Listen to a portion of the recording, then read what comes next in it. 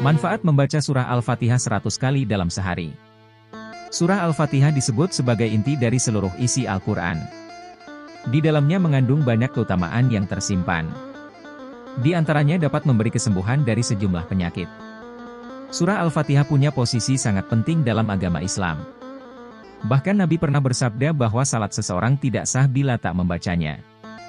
Keterangan mengenai posisi penting surah Al-Fatihah dalam salat itu disebut dalam salah satu hadis yang diriwayatkan Imam Muslim sebagai berikut.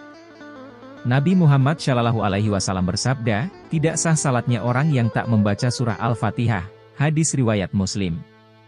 Hadis tersebut, menurut Imam Nawawi disebut sebagai dasar mengapa mazhab Syafi'i mewajibkan umat Islam membaca Al-Fatihah di setiap salat, baik salat berjamaah maupun sendiri. Bahkan, bila seorang muslim membaca surah Al-Fatihah sebanyak 100 kali dalam satu hari, maka akan dijanjikan sejumlah keistimewaan dari Allah Subhanahu wa Ta'ala. Dirangkum dari berbagai sumber, dengan niat yang tulus serta berharap hanya kepada Allah Subhanahu wa Ta'ala, berikut manfaat membaca surah Al-Fatihah 100 kali dalam sehari. 1. Mudah mengontrol hati dan pikiran. Bila Anda merasa gusar, galau dan was-was, ada baiknya membaca surah Al-Fatihah 100 kali dalam sehari. Maka pikiran dan hari selalu terhindar dari hal-hal yang memberi akibat buruk. Dalam sebuah hadis, diceritakan bahwa Rasulullah menyembuhkan orang yang menderita sakit jiwa dengan izin Allah. Kala itu, salah satu surat yang dibaca adalah surat Al-Fatihah.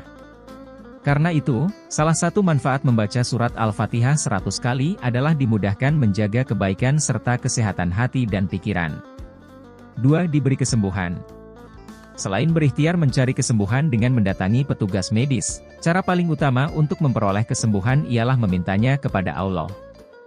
Cara meminta yang baik adalah dengan disertai amal soleh, seperti membaca surat Al-Fatihah 100 kali. Apalagi Al-Fatihah memang dikenal sebagai surat penyembuh atau ruqyah.